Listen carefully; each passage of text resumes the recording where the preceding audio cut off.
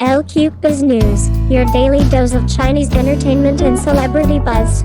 Here it is, episode 13 of When Destiny Brings the Demon finally cashes in on the promise it's been teasing since the first spark flew between Sima Jiao and Liao Tingyan, the mind-linked dual cultivation that turns fantasy mechanics into a surprisingly intimate love language.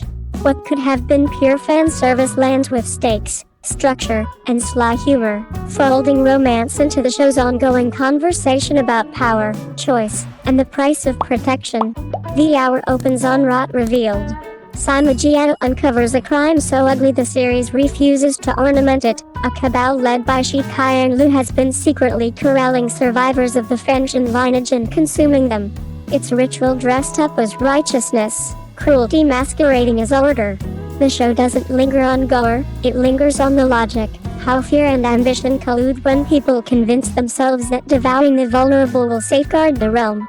In that instant, Sima Jiao's notorious severity reads less as tyranny than as fury sharpened into law. He burns the board. He chooses mutual annihilation over compromise, and the explosion leaves him broken, his life force splintered and ebbing. Enter a monk with old ties to the Sima clan and a remedy that comes with complications. The only way back is through the spirit, not the body. Someone must enter Sima Jiao's inner domain, his spiritual sea, and mend what has shattered. Liao Tingyan steps forward as if volunteering to hold a lantern. She's practical, loyal, and in this moment, heartbreakingly unaware that the ritual's fine print defines their bond as a mind-to-mind union that is, by design, impossible to simply turn off. She agrees to fix a problem. She accidentally redefines a relationship. The sequence inside Sima Jiao's spirit realm is the episode's visual and emotional center.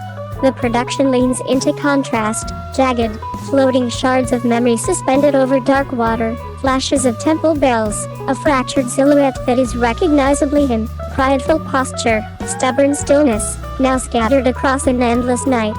Tingyan moves like a careful artisan rather than a savior, touching one fragment at a time, coaxing edges to align, choosing patience over spectacle. It's a lovely metaphor for what partnership looks like in this show at its best, not rescuing a man from himself, but helping him gather the pieces he refuses to abandon. When he wakes, the price of survival is clear. The channel between them hums. Thoughts brush, breath sinks. The mind cultivation doesn't end at consciousness, it lingers like a string tied between wrists. And here the series finds its humor again. Sima Jiao, a grandmaster who names punishments like recipes, suddenly has to share headspace with the one person whose honesty disarms him. Tingyan, meanwhile, has to navigate consent in a new dimension. How do you set boundaries when your heart can hear another heartbeat? The writing lets the comedy bloom without cheapening the stakes. The joke isn't that intimacy is embarrassing, the joke is that intimacy is precise work, and these two, for all their competence in battle and bureaucracy, are still learning the difference between closeness and control. Arthur Chen plays the aftermath with clean restraint. His Sima Jiao has always wielded distance as both weapon and shield. Post-recovery, the armor's still there, but its function has changed. It's no longer a wall against feeling, but a frame within which feeling can stand without tipping into chaos. Watch his eyes when he realizes the bond is persistent. There's relief, then calculation, then a softness he tries, fails, to bury. Wang Yinglu counters with grounded warmth. Tingyan's not naive, she's brave in the specific way that makes other people bolder. Even when she learns what she's agreed to, she doesn't panic or posture. She sets terms with kindness, which, in this world, is a rare form of authority. What elevates the episode is how it threads personal transformation through institutional critique. The exposure of Shi Qianlu's ring isn't just a villain of the week takedown, it indicts a system that rewards sanctimony over compassion. Sima Jiao's near self-immolation reads as an argument: if rules permit atrocity, rules must be broken. Tingyan's intervention adds a counterpoint. Breaking is not the only verb that saves, repair can be just as radical. Technically, the hour is confident. The score thins to a single line during the spirit mending and swells only when the last shard clicks into place, a tiny, earned crescendo. Lighting carries story, cold tones for institutional horror, warmer ambers for the world inside a heart set right.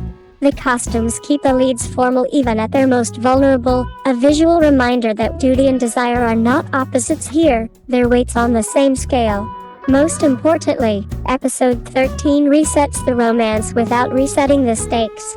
The bond is real, the danger remains. The cliffhanger isn't a threat from outside but a question from within. Now that you can hear each other, what will you say? If the show continues to treat magic as metaphor, rules that shape ethics, not shortcuts to spectacle, it will keep earning swoons the same way it earns shocks, by letting character drive every flame and every whisper. Tomorrow couldn't come fast enough, not because we want easy bliss, but because the series has convinced us that intimacy forged in fire can also learn to live in the quiet. Thanks for watching LCubeBiz News. Don't forget to like, share, and subscribe for your daily fix of Chinese entertainment. See you in the next video.